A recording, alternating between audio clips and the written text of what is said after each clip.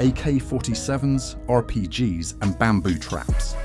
This is every weapon used by the Vietnamese infantry to win the war, starting off with assault rifles and carbines. AK-47, this legendary assault rifle became the defining symbol of the PVN forces. It was incredibly reliable in the mud and rain, proving far more durable than the early M16s used by American troops. Then, SKS.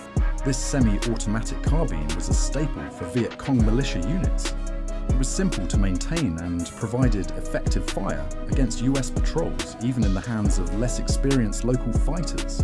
VZ-58. While this Czech rifle looks like a famous Soviet weapon, its internal parts are actually quite different. It was known for being remarkably lightweight, which was a huge advantage when marching through dense terrain. Type 63. This Chinese rifle combined the best features of several different designs. It allowed for more controlled fire and featured a unique bolt-hold open mechanism that made reloading much faster during firefights. The next one, AMD-65. This Hungarian variant featured a short barrel and a side-folding metal stock.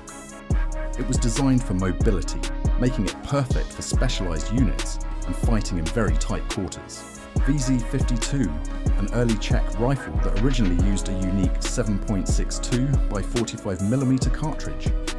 Many were later modified to use more standard ammunition to keep logistics simple in the field. The next one, STG-44, a true piece of history that found its way into the jungle. As the world's first true assault rifle, it still offered significant firepower and served reliably decades after it was first designed. Let's move on to submachine guns. K-50M, a local modification of a Soviet design, this weapon was built specifically for jungle warfare against US patrol. Its shortened barrel and wire stock made it perfect for lightning-fast ambushes. PPSH-41. This Soviet PPSH-41 was famous for its blistering rate of fire. When using a large drum magazine, it could spray a massive amount of lead in a very short amount of time during a jungle ambush. PPS-43, a rugged and compact weapon made mostly from stamped steel. It was highly prized for being lightweight and easy to carry on long treks through the mountains to intercept US transport convoys. M4957, a Yugoslavian submachine gun that shared many traits with Soviet designs. It was a solid and dependable choice for close-range combat and was very easy for soldiers to keep in working order. M56. This Yugoslavian weapon was inspired by German designs from the Second World War. It used a distinctive long magazine and offered a folding stock that made it easy to conceal. Say-23, a clever Czech submachine gun that utilized a telescoping bolt to keep the overall length very short. It was very advanced for its time and offered excellent balance during fire.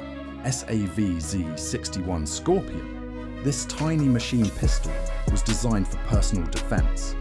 It was small enough to fit in a holster, but could unleash a rapid stream of fire if the user found themselves in a sudden close encounter. PM63 RAK, a Polish machine pistol with a very unique sliding mechanism. It was used by tank crews and special units who needed a very compact weapon that could still provide automatic fire. Next, MP40. The iconic German MP40 was often supplied as military aid. Its low recoil and steady rate of fire made it very effective for urban fighting or jungle skirmishes against well-equipped US troops. Up next, PPD 3440, an early Soviet submachine gun that set the stage for later models.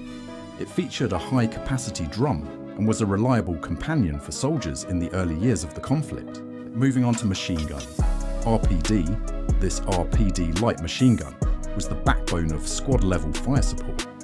It was fed from a 100-round belt stored in a drum, allowing for steady suppressive fire against advancing American platoons. Now, this is the RPK, a beefed-up version of the standard AK rifle with a much longer and heavier barrel. It allowed for more sustained fire without the risk of the gun overheating during long defensive engagements. TUL-1, this was a domestic version of the RPK heavy rifle.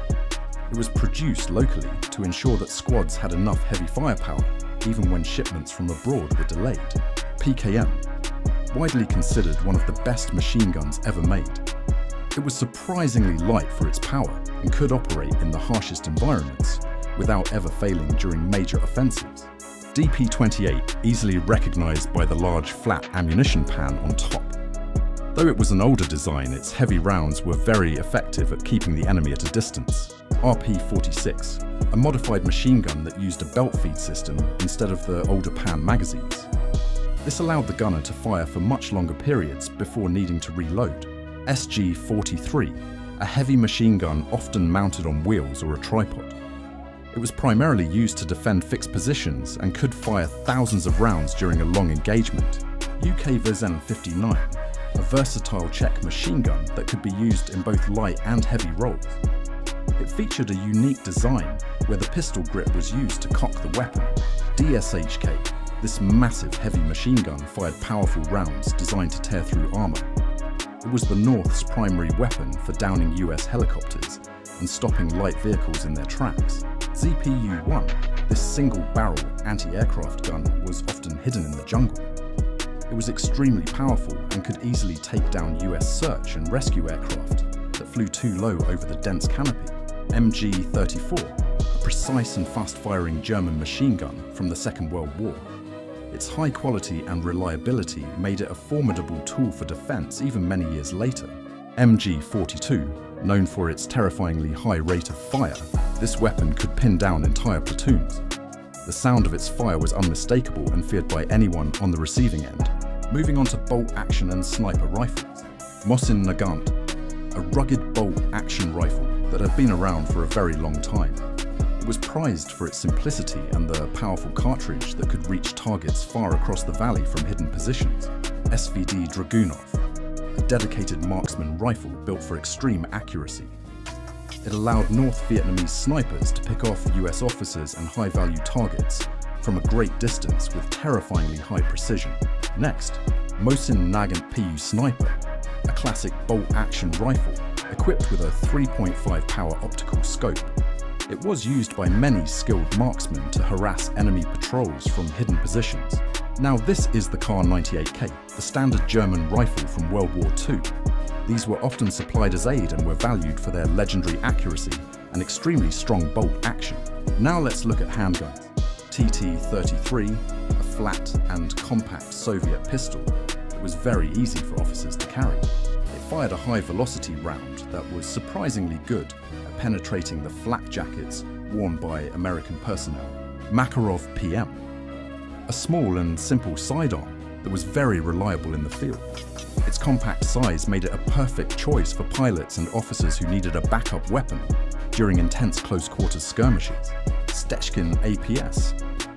This large pistol had the rare ability to fire in full auto. It often came with a wooden holster that could be attached to the back to serve as a shoulder stock. Nagant M1895, a unique revolver with a special gas seal system.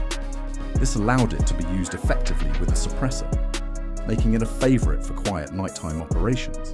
Type 67 pistol, a specialized Chinese handgun designed with an integrated silencer. It was an essential tool for scouts and special forces who needed to take out sentries without being heard. C96, this vintage semi-automatic, was famous for its broom-handle grip. Despite its age, it remained a functional and effective weapon during the long years of fighting. Next up, anti-tank and support weapons. RPG-2s, a simple and portable rocket launcher that gave the infantry a way to fight back against bunkers. It was easy to use and very effective at close range. The next one, RPG-7, the most iconic anti-tank weapon of the war. The B-41 provided the range and accuracy needed to destroy US bunkers and was a constant threat to American armored columns. B-10, an 82mm recoilless rifle that could be broken down and carried by hand. It provided heavy direct fire support to help local forces overcome fortified US bases and sandbagged outposts. B-11, a larger 107mm recoilless rifle used for the most difficult targets. It required a large crew to operate, but could destroy almost any bunker it hit. SPG-9, a tripod-mounted reckless gun that fired specialized fin-stabilized rounds. It was very accurate and could engage enemy positions from a safe distance. LPO-50, This Soviet flamethrower used pressurized tanks to blast fire at enemy targets. It was a terrifying weapon used primarily for clearing out US defensive positions and reinforced perimeter bunkers. SA-7 Guerrilla. This heat-seeking missile system fundamentally changed the war in the air.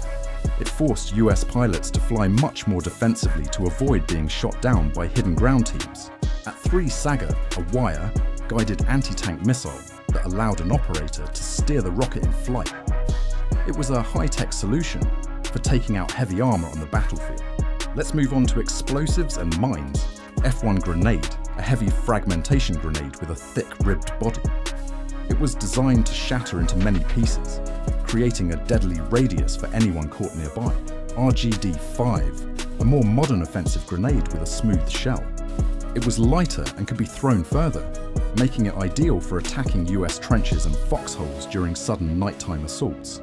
Up next, RG-42, a simple grenade made from a metal can with a fragmenting strip inside. It was very easy to manufacture and became a common tool for setting up deadly ambushes. RKG-3, this specialized anti-tank grenade, used a small parachute to stabilize itself. It was designed to hit the thin top armor of a tank to cause maximum damage. DH-10, a large directional mine used to counter US claymores. Packed with explosives and shards, it was designed to wipe out American infantry and convoys along narrow jungle roads. Then Min Mine, a locally produced explosive device made with great ingenuity. These traps were often hidden in the brush and caused great psychological stress for patrolling troops.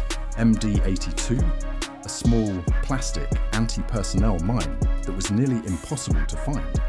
It was designed to disable a soldier's ability to walk, slowing down an entire unit and draining their morale on the trail. Up next, POMZ-2, a fragmentation mine mounted on a wooden stake and triggered by a tripwire. It was a simple but very effective way to defend the perimeter of a base. Now let's look at mortars. Type 31, a portable 60mm mortar that was easy to carry over rough terrain. It provided quick and effective indirect fire for units on the move. PM41, this Soviet mortar, was a heavy hitter for battalion-level support. It was used to rain down high explosives on enemy concentrations with great effect. PM43, an improved heavy mortar with a better design for sustained firing. It was capable of firing many shells per minute to support major infantry assaults. Finally, we have indigenous weapons. Zip gun, a crude, homemade firearm built from scrap metal and pipes. These weapons showed the incredible resourcefulness of local fighters who had to improvise to stand a chance against US firepower.